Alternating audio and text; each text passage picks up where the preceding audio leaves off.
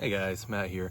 I'm out at Etowah today trying to answer a question that I thought was kind of interesting. So after watching Worlds the last couple weeks, watching guys like Ezra Aderholt blast nukes 550 plus and Calvin Heimberg mashing on destroyers, it got me thinking most of us are slightly more mortal than that.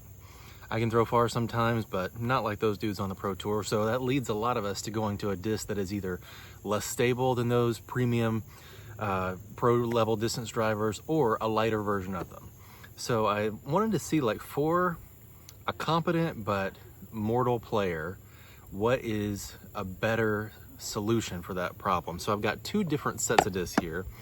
I've got a Prodigy D2 Pro. This is 159, so pretty lightweight version of their very overstable, second most overstable current production distance driver. And then I've got a D4 Pro in the reblend plastic, so it might actually be a little more stable than a normal one to start, but I'll be using these backhand, seeing which one gets the better distance and the better accuracy. And then also, inspired by my man Ezra, got the Big Z Nuke and then an ESP Nuke OS. That's the 2023 Ledgestone one. This one's 174 and this one is 164. So I'll be using these forehand. So which solution is better? Should you throw a lightweight version of a beefy disc or just a less stable disc in general? Let's see. Starting on a hole 3 Etowah with that D2 Pro, blasting it out here on just a touch of hyzer, flips up, rides the line pretty nicely, and gets down there about 350 on the left side. That's not a bad place to be. The D4 flips up and gets way over in the woods, but it never hits anything. It goes really far, but not really on target. Going forehand with that nuke, just a little bit of flex out of that one. It clips this tree right there, or it would have been pretty darn far. And then went with the Nuke OS here and did a very similar throw and ended up within about 10 feet of it. They hit that same little clump of trees. Now over to hole 12, going that D4 first, it flips up, flips out of bounds, never thinks about coming back, but thankfully wasn't in the creek. And then the D2 flips up and rides, goes forever, and then miraculously manages to get back in bounds by about a half inch. On 15, we're going wide over here on the side of the power pole. I thought right there it would bite and hit the road and back in bounds, but it just sticks in bounds on the other side of the road. The D4, I kept it inside the power line by accident, but it actually ended up being okay. It went so far past the basket.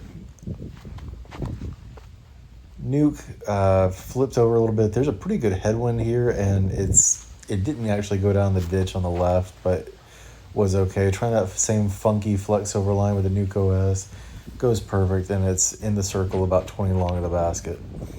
Throwing this one like it would be towards the alt position that it's not in. The D4 flips up and goes like 9 miles, but not quite on target. And the D2 Pro hits the line perfectly and goes exactly where I was aiming, but about 30 feet further. Hole 18 here, flipping that D4 up. It goes a long way. It actually ends up in the circle, pin high, on this 400-foot slight downhill hole.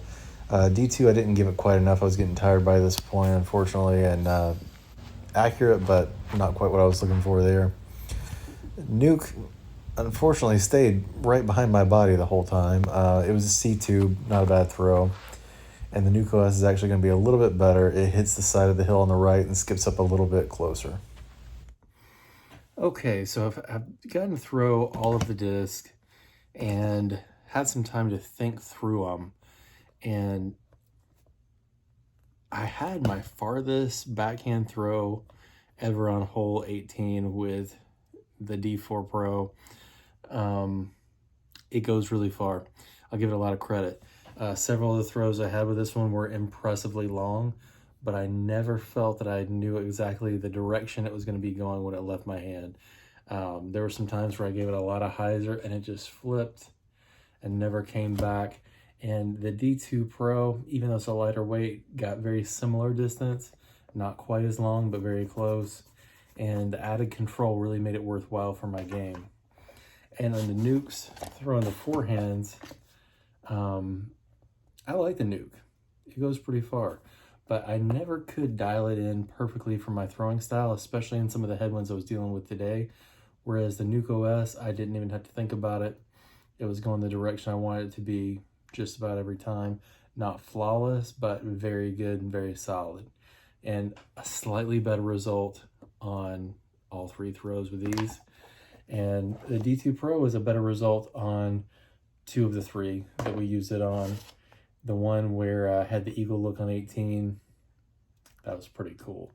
But for my preference, I'm going to say the winner is the lightweight overstable disc rather than the slightly less stable disc. In the case of the D4, substantially less stable disc. Thank you guys for watching. That's my opinion for my throwing style and my style of game. I'll take the lightweight overstable disc over the flippy disc. Thanks for watching.